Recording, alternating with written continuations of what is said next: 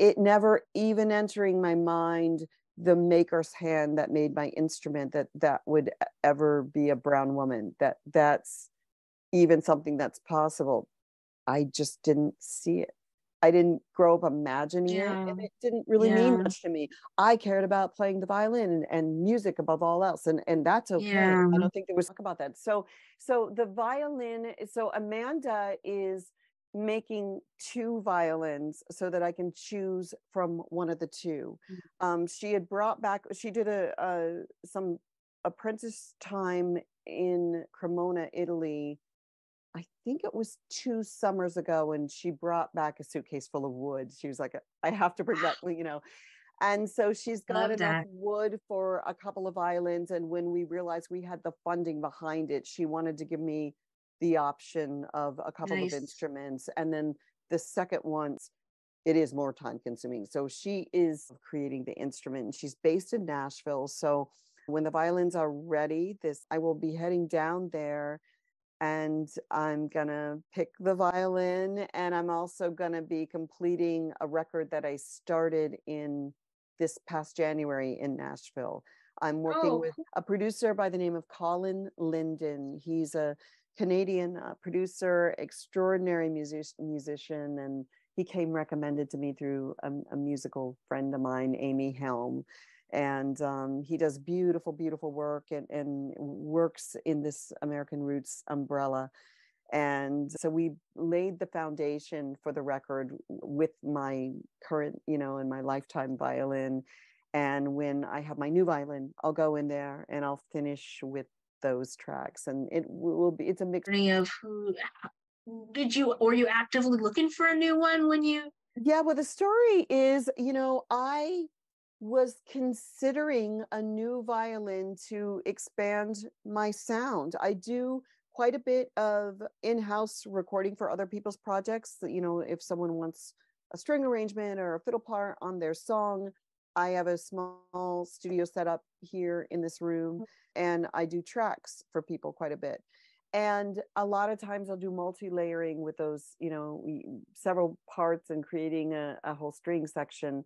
And it's occurred to me through the years that it would be cool to have another instrument. Maybe there's another voice that I can use to expand my sound, not just in my playing out my performance work, but also as a support Yeah, voice in the studio.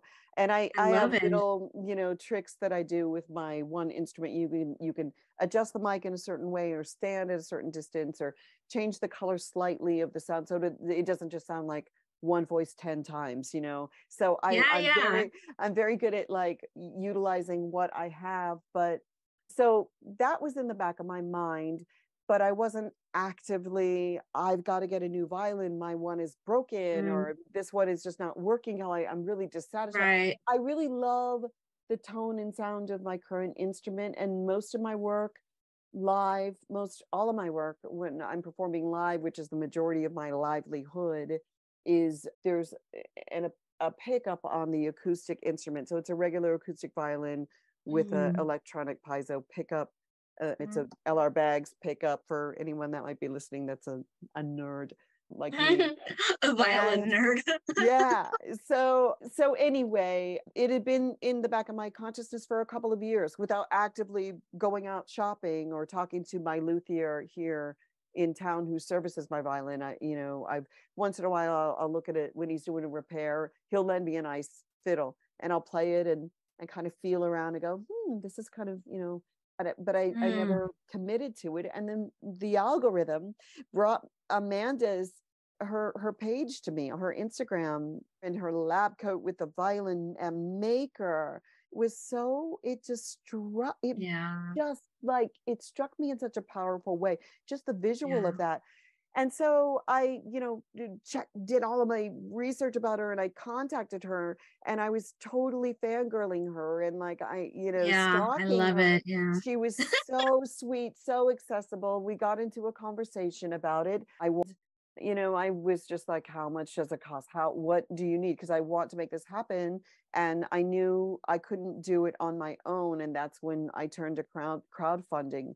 And I just never, I always Mm, just had such a strong belief in the story.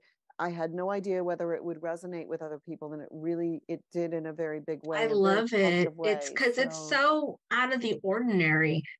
not something that I would have predicted for myself. I mean, it's a journey that I'm so honored to be a part of because I just feel like supporting Amanda, and if I can help leverage her story and make more people aware of her, she will influence more um, marginalized people of color, and women that are so Like, it's such a small percentage in the business of making, of instrument making, and she really has the platform and the ability to positively impact some people coming up. The thing that, and yeah. it's not something that I would have predicted for myself. I mean, it's a journey that I'm so honored to be a part of because I just feel like supporting Amanda, and if I can help leverage her story and make more people aware of her, she will influence more um, marginalized people of color, and women that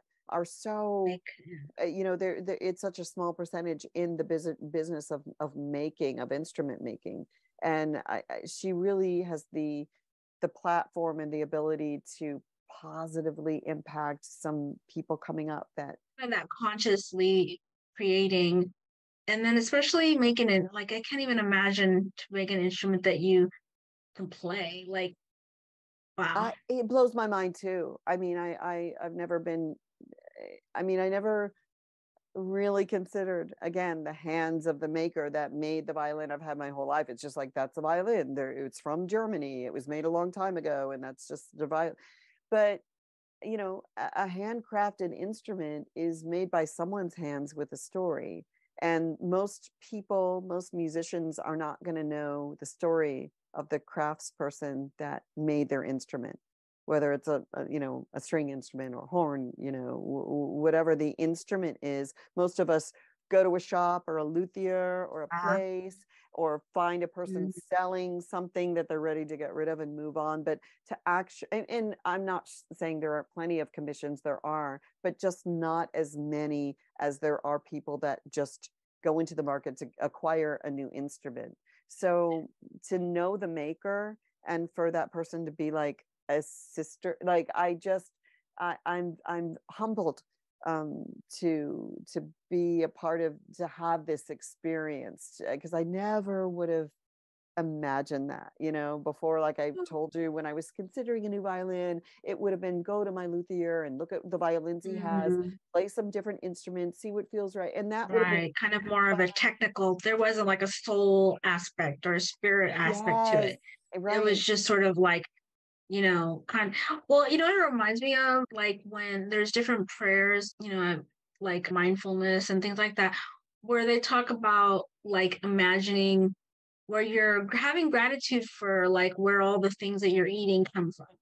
You're Yes, thinking about the hands that grew the food, that picked the food, that, there's something about that that's just deeply spiritual in the sort of interrelatedness of who we are on this planet.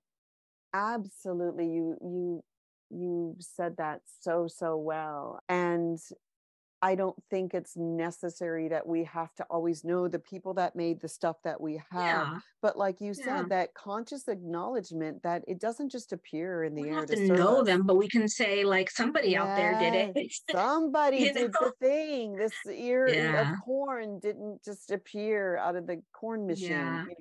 Yeah. Someone It didn't just come grew from that. Ralph's or whatever. Ralph didn't make Exactly. it Exactly. or And whatever. and before, the hands that lovingly took care of the plant that grew, it was placed into the earth, and the earth is the source of all life. I mean, so if Yeah. you Well, expand and the the wood gratitude, too. Speaking of yes, like, we're bring it back to, yes, that is what is so beautiful to me yeah. about acoustic instruments, and Mm, it is yeah.